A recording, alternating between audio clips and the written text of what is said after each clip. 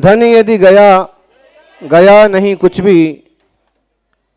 धन यदि गया, गया नहीं कुछ भी। स्वास्थ्य गया कुछ जाता है। सदाचार यदि गया मनुज का, सर्वस्व ही लुट जाता है। इसे इंग्लिश में कन्वर्ट किया।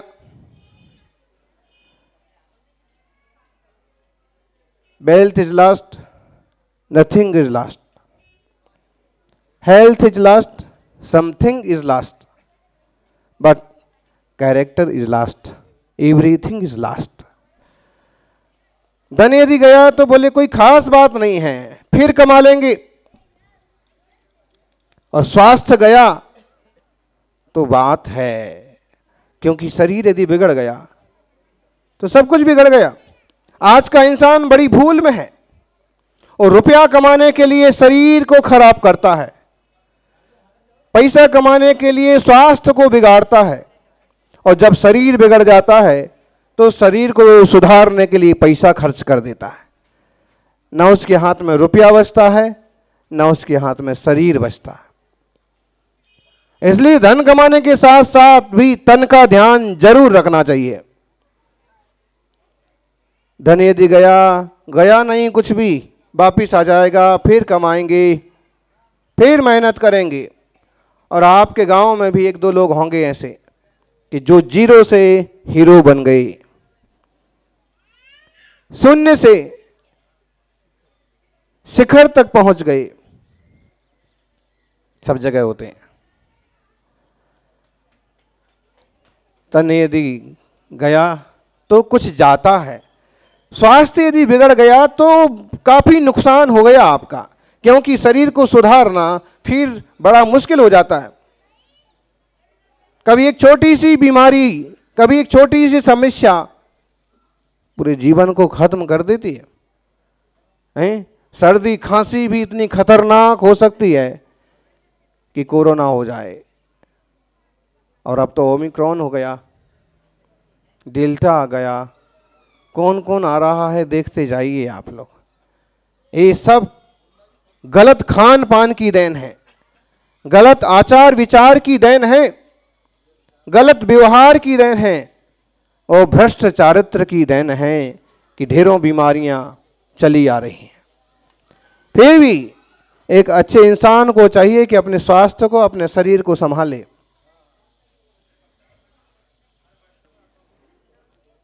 खास बात,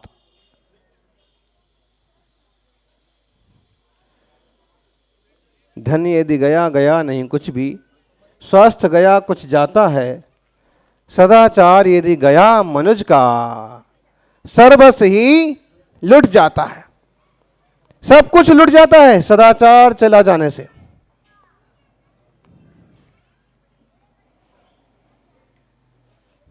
सदाचार की रक्षा करना चाहिए। बेटियों को भी समझाना चाहिए, बेटों को भी समझाना चाहिए। गांव के ऊंचे से ऊंचे आदमी को भी ध्यान रखना चाहिए, और छोटे से छोटे आदमी को भी ध्यान रखना चाहिए कि सदाचार से ज्यादा कीमती दुनिया में कुछ नहीं होता।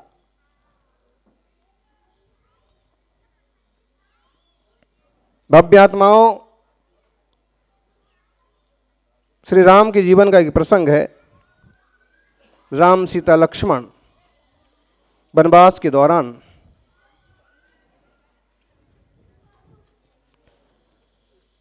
एक तीर्थ पर बैठे थे। उस आदमी का मुंह बंद करो, वो अपनी जगह ठीक है, उधर देखिए पीछे।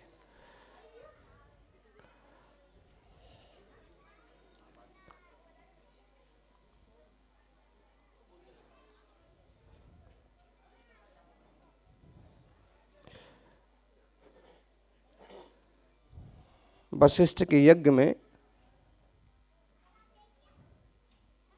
विघ्न डालने वाले एक दो हर गांव में मिल जाते।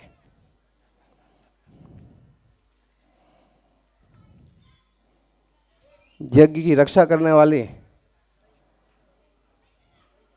राम भी मिल जाते।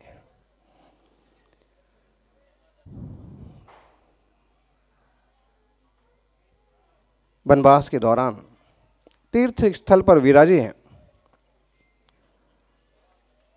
संध्या का समय है, सूर्यास्त की ओर हैं, चिड़ियां अपने घोंसलों की ओर लौट रही हैं, पशु अपने अपने गांव अपने अपने मालिकों की ओर दौड़े जा रहे हैं। गोधूली बेला है, बहुत अच्छा माहौल बन रहा है। तभी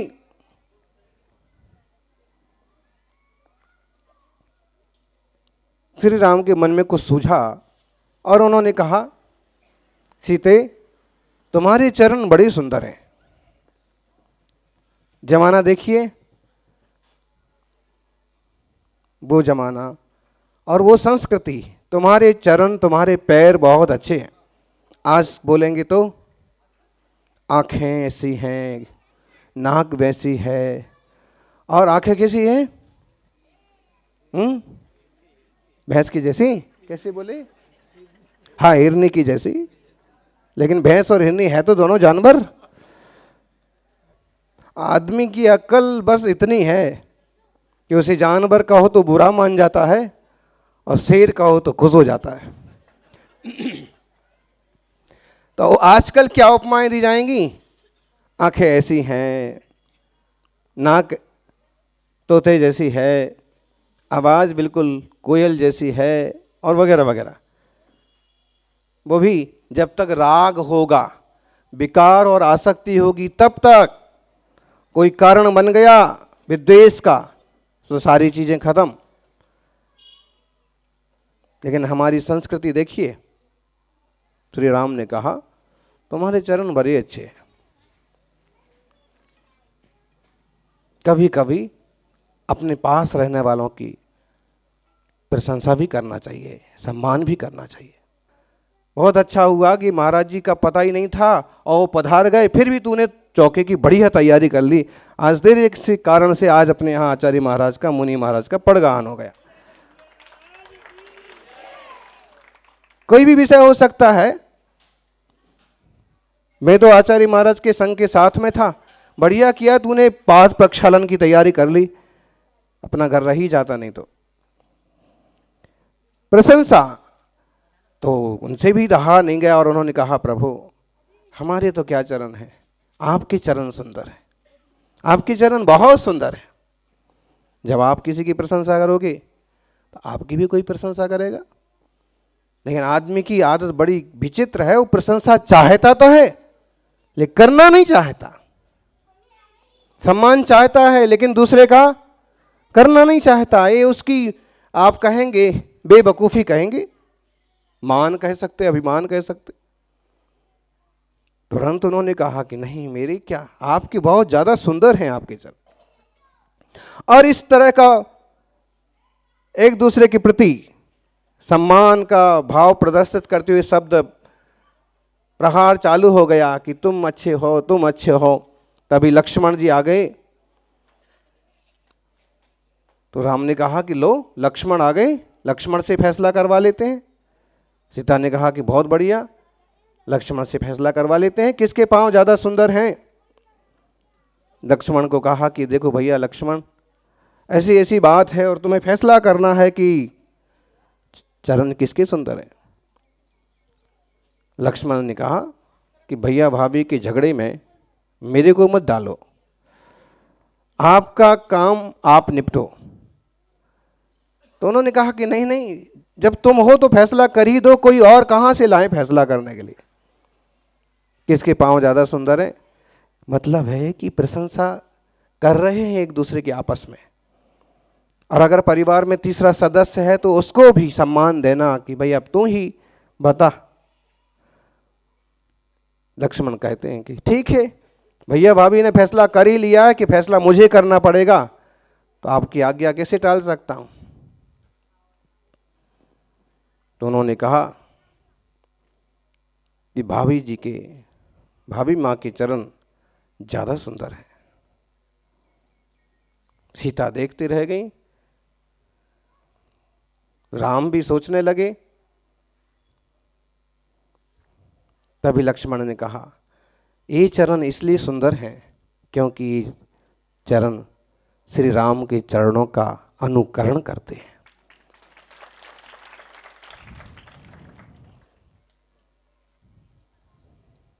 इसका मतलब पुरुषार्थी पावरफुल चरण तो राम के ही हैं, लेकिन उनका अनुकरण करने वाले गृहस्थी में पत्नी को पति का किस ढंग से अनुकरण करना चाहिए, गृहस्थी में मुखिया का परिवार को किस ढंग से अनुसरण करना चाहिए, गांव में लोगों को मिलजुल करके कैसे अपनी एकता और आपसी प्रेम प्रदर्शित करना चाहिए, उसका इससे बढ़िया उदाहरण और क्या हो सकता है।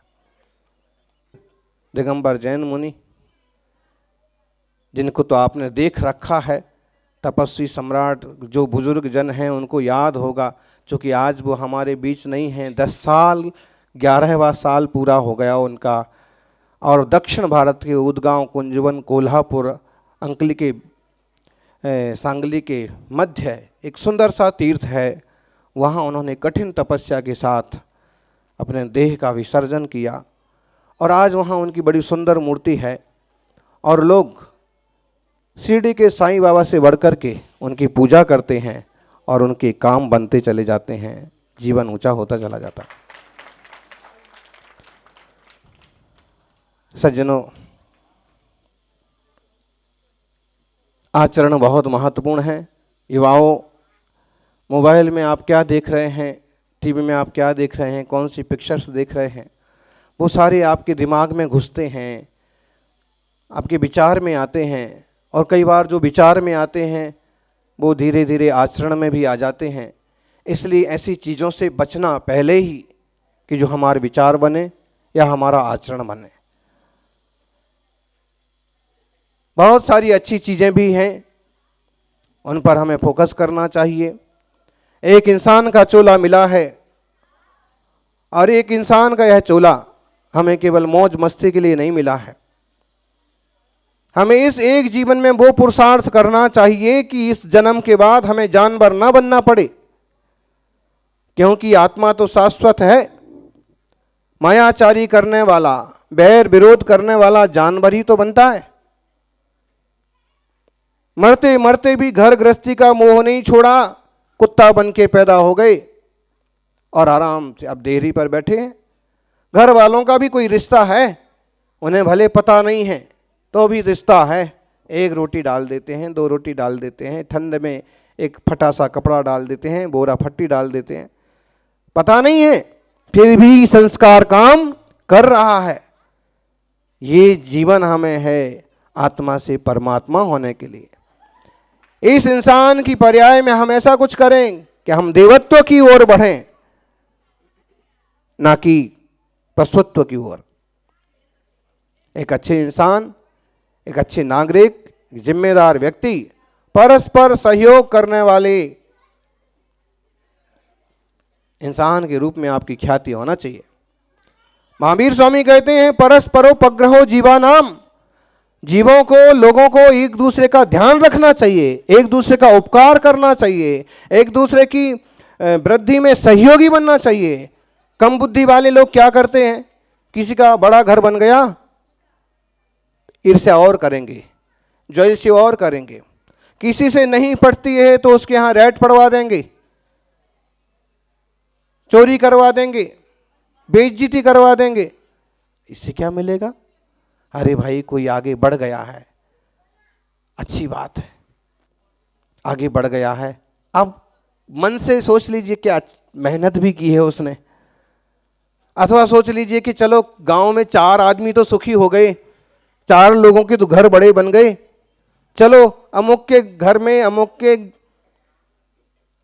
आंगन में तो एक गाड़ी आ गई, चलो बहुत परेशान थे, उनके यहाँ लाड़ी नहीं थी, लाड़ी आ गई।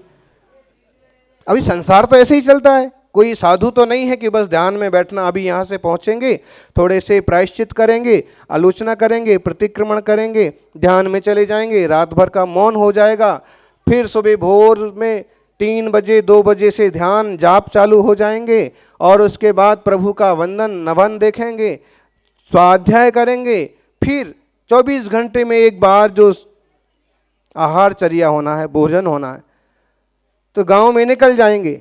जहां पड़गाहन हो गया, शुद्ध रीति से किसी ने बुला लिया, योग बन गया तो आहार हो जाएगा, और नहीं तो अंतराय तो हो ही रहा है। एक छोटे नए मुनिराज का आज पूरा अंतराय, अंतराय तो आप जानते होंगे, कल का भी अंतराय। अंतराय मतलब आहार 24 घंटे में एक बार ही होना है, 10:30 के लगभग।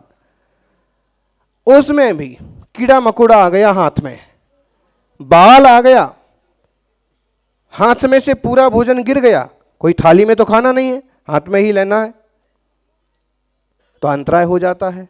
कल भी उनको बाल आया, आज भी उनको बाल आया, और इसका मतलब है कि 3 दिन से वो उपवास से बोल सकते हैं, आपकी भाषा में भूखे बोल सकते हैं।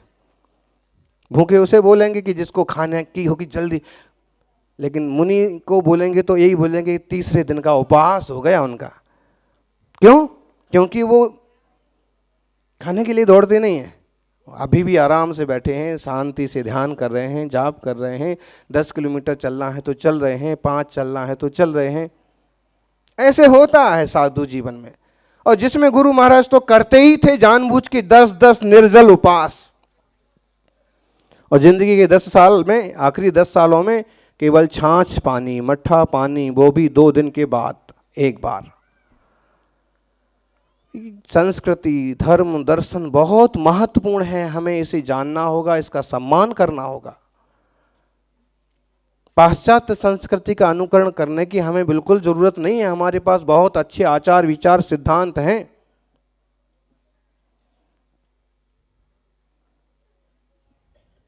खाओ पियो और मौज करने वाले लोग हम नहीं हैं, हम तो मिलजुल करके चलने वाले, धर्म ध्यान के रास्ते चलने वाले लोग हैं, इस पर गौर करें।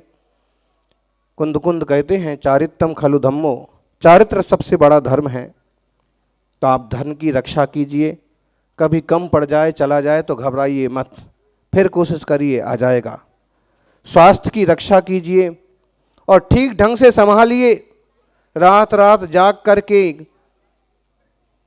केवल रुपए के पीछे मत दौड़िए। दिन भर धूप में, गर्मी में, सर्दी में, ठीक है उतना जरूरी है कि परिवार का संचालन होता रहे, लेकिन उसी के पीछे क्लेश में मत डूबे रहिए। स्वास्थ्य संभालिए, कोरोना का जंजाल वापिस चालू ना हो जाए, संभल के रहिए। और सबसे खास बात चारित्र, संयम, इसे संभालिए, आगे की पीढ़ी को इसका ही संदेश दीजिए।